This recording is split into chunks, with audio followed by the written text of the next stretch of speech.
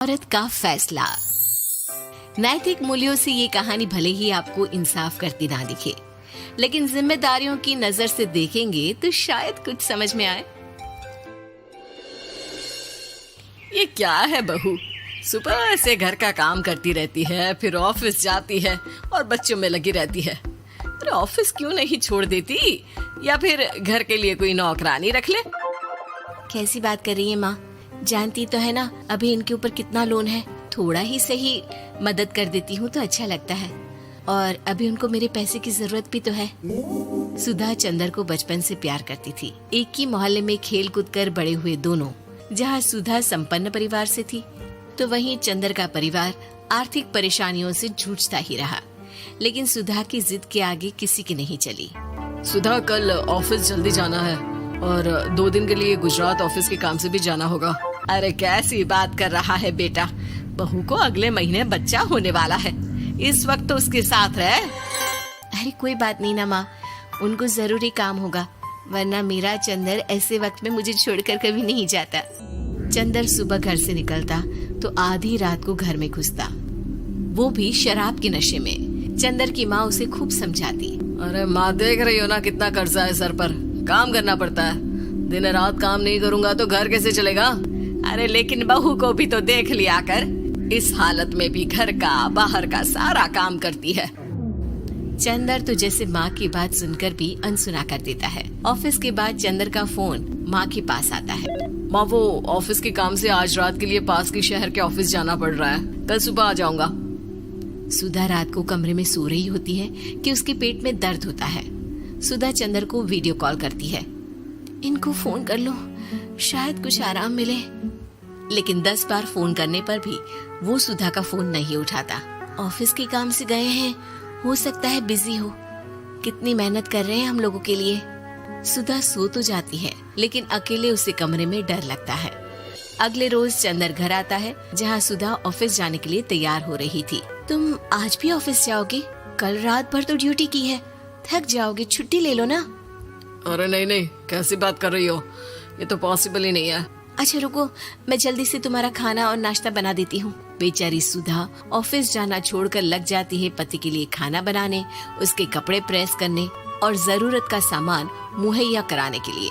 हो सके तो रात की ड्यूटी मत लिया करो ना, मुझे बहुत डर लगता है।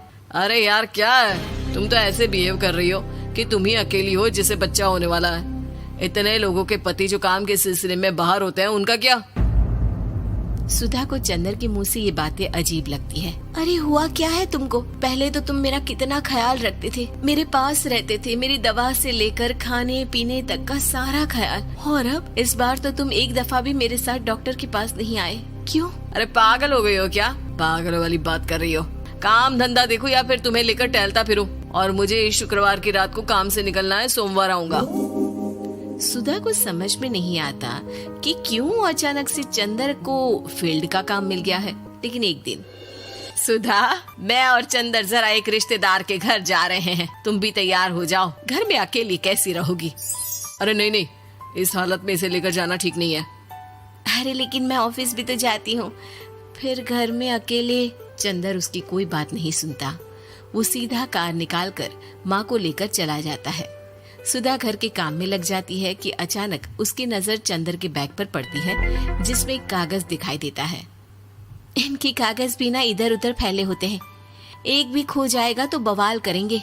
लेकिन जैसे ही सुधा वो कागज खोलकर देखती है तो वो सदमे में आ जाती है। दरअसल वो कागज नहीं, बल्कि चंदर और उसके ऑफिस में काम करने वाली लड़की चांदनी की गोवा की टिकट होती है। सुधा चंदर के बैग को खोलकर देखती है तो उसे होटल के बिल से लेकर महंगे गिफ्ट्स और दूसरे शहरों के टिकट मिलते हैं। सुधा को समझते देर नहीं लगती कि उसका पति किसी और लड़की के साथ है। चंदर के आने पर सुधा उससे बात करती है।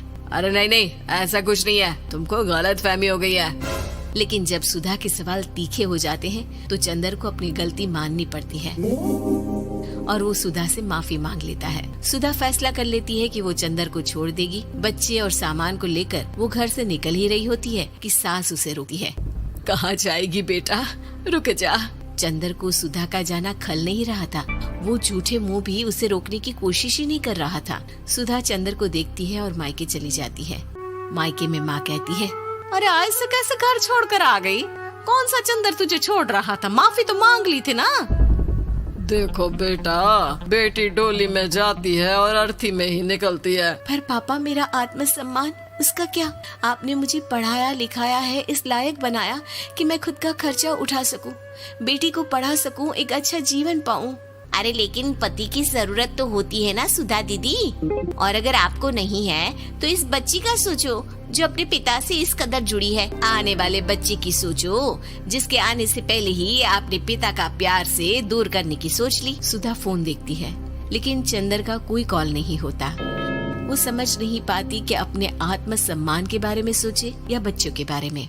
मम्मी, हम नाना नानी के घर से दादी और पापा के पास कब जाएंगे? नहीं जाएंगे बेटा, अब यहीं रहेंगे। नहीं मम्मी, मैं पापा के पास जाऊंगी, मुझे दादी के साथ रहना है। और मेरे साथ? हाँ, आपके साथ भी तो, सबके साथ माँ। देखो सुधा दीदी, आपके सर पर पिता का साया होना जरूरी होता है। अपने घमंड के लिए पिता और बेटी को अलग मत करो। सुधा अब सामान उठाकर अपने ससुराल जाने लगती है, लेकिन मन में सवाल रह जाता है कि जिसे दुनिया घमंड समझ रही है वो उसका आत्मसम्मान था। चंदन ने माफी जरूर मांग ली, लेकिन कभी ये एहसास नहीं दिलाया कि वो सिर्फ उसी का है।